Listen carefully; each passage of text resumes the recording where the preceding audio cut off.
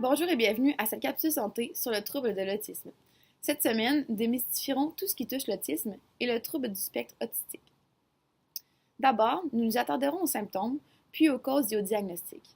Ensuite, nous comparerons le développement d'un enfant avec et sans retard. Puis, nous traiterons des moyens d'intervention ainsi que du rôle de l'ergothérapeute. Afin de se mettre en contexte, l'autisme est un trouble mental caractérisé par l'absence ou le retard du développement des habiletés langagières, l'incapacité de s'engager dans des relations sociales réciproques, ainsi qu'un éventail d'intérêts très restreint. Depuis 2013, on parle de trouble du spectre autistique. Cela englobe les personnes atteintes du syndrome d'Asperger, d'un trouble envahissant du développement non spécifié, ainsi que de l'autisme. Saviez-vous que les troubles du spectre de l'autisme touchent en moyenne 3 à 4 garçons pour une fille? Aussi, le taux de prévalence des troubles du spectre de l'autisme est évalué à environ 1% des nouvelles naissances. Les comportements caractéristiques doivent être observés avant l'âge de 3 ans pour établir un diagnostic de TSA. Aussi, entre 2000 et 2010, le nombre de diagnostics aux États-Unis a doublé. Dans les premiers temps de la maladie, un enfant autiste commence par se désintéresser au visage pour, par la suite, s'intéresser davantage aux objets qui l'entourent. Finalement, les autistes s'enferment dans leur monde. L'autisme engendre plusieurs problèmes de communication.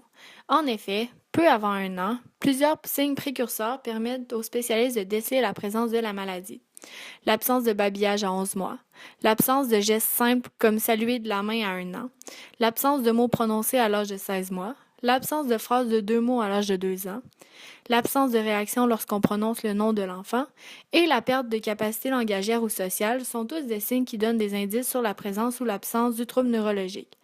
Ce n'est qu'environ 30% des enfants autistes qui perdent des facultés langagières et sociales, et la régression de ces facultés se produit généralement chez les enfants autistes qui ont entre 18 et 24 mois, mais elle peut se produire plus tard dans certains cas.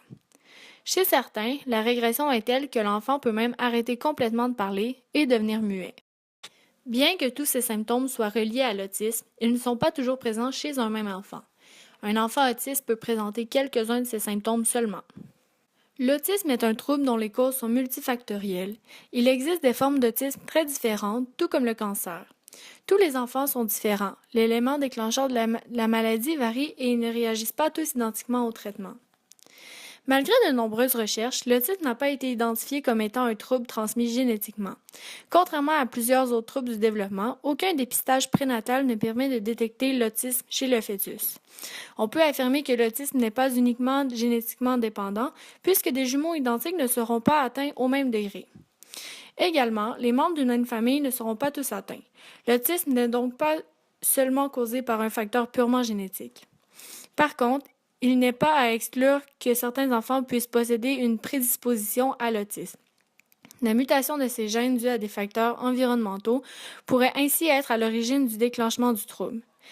Aussi, l'autisme est associé à des troubles gastro-intestinaux qui peuvent parfois être très sévères. L'origine de ceux-ci serait également associée aux mutations génétiques.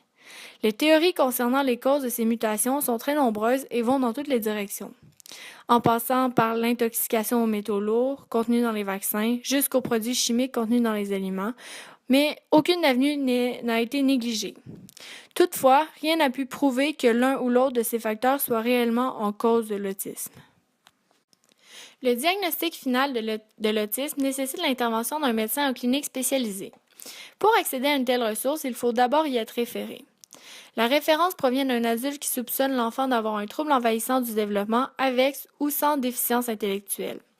Cet adulte peut être un de ses parents ou encore un proche ou un professionnel de la santé. Le diagnostic se fait ensuite en clinique, c'est-à-dire que le médecin pose son diagnostic sur la base d'observations directes réalisées sur le développement de l'enfant.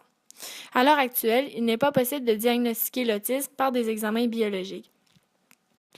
Il est bien important de comprendre que les théories sont encore nouvelles et ne font pas toute l'unanimité. Depuis 1980, on suppose que les personnes autistes pensent différemment, ce qui a des répercussions énormes sur leur rapport avec les autres, sur la façon dont elles communiquent, jouent, travaillent et apprennent. Bref, l'autisme est un problème cognitif et affecte le développement émotionnel affectif.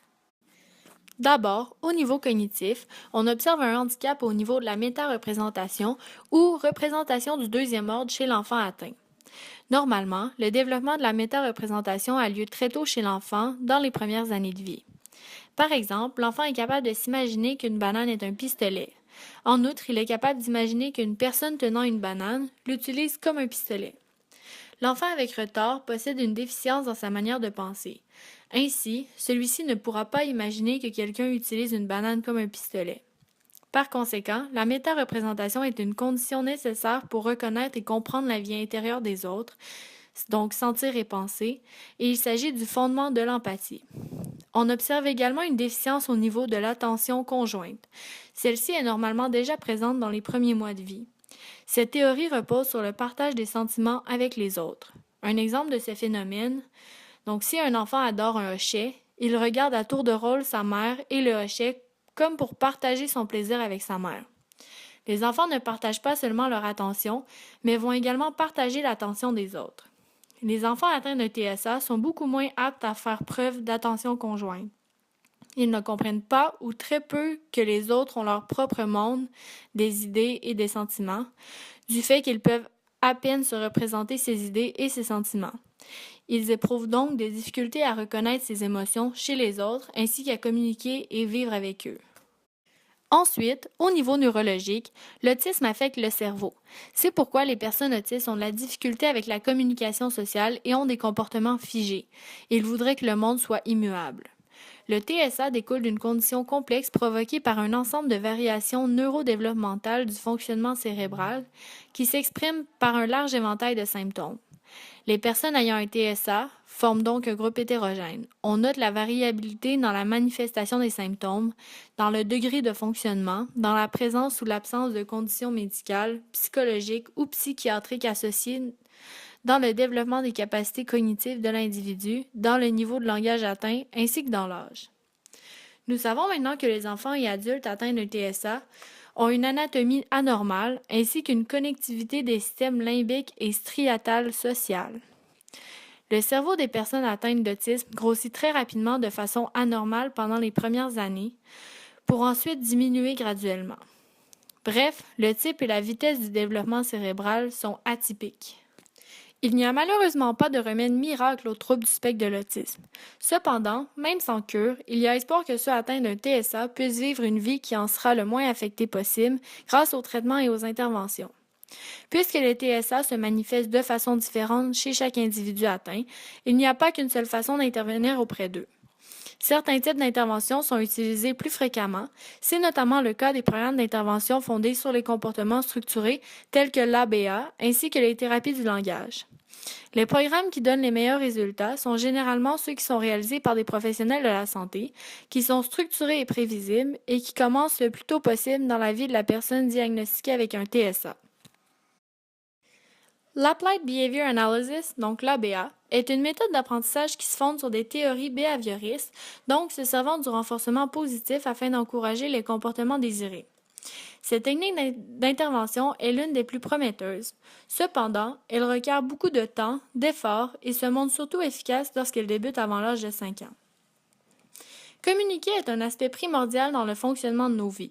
Et puisqu'environ la moitié des enfants ayant un TSA ont une déficience langagière, ceci peut entraîner une grande frustration chez l'individu qui ne réussit pas à exprimer ses besoins et ses attentes. De plus, la compréhension des directives verbales peut s'avérer problématique chez ces jeunes. Les thérapies du langage sont grandement utilisées par des professionnels de la santé pour diminuer les symptômes causés par l'autisme. Puisque les enfants autistes répondent mieux aux communications visuelles qu'aux directives verbales, les thérapies du langage sont favorisées. Une des principales thérapies du langage utilisées est le PEC, donc le Picture Exchange Communication System. Cette thérapie implique l'échange d'une image contre sa représentation pour qu'ensuite l'image soit remplacée par un symbole. Même sans le PEC, se servir d'un objet ou d'une image pour représenter des activités ou des objets peut grandement aider à la communication d'un enfant autiste. L'ergothérapie peut jouer un rôle pour diminuer les symptômes d'une hypersensibilité ou d'une hyposensibilité et d'autres problématiques en lien avec l'intégration sensorielle.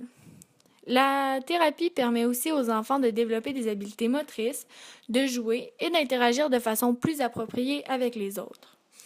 À l'aide de l'ergothérapeute, l'individu atteint d'autisme peut également effectuer des activités de la vie quotidienne et domestique, ainsi qu'acquérir une certaine autonomie. Étant donné que les diagnostics d'autisme sont plus souvent faits à un jeune âge, l'ergothérapeute peut accompagner les parents et faciliter leur rôle tout en favorisant l'occupation de l'individu atteint. Voilà ce qui conclut notre capsule santé de cette semaine sur l'autisme. Après la pause, un climatologue viendra traiter de l'impact du réchauffement planétaire sur l'extinction massive en Amérique du Sud. Restez des nôtres!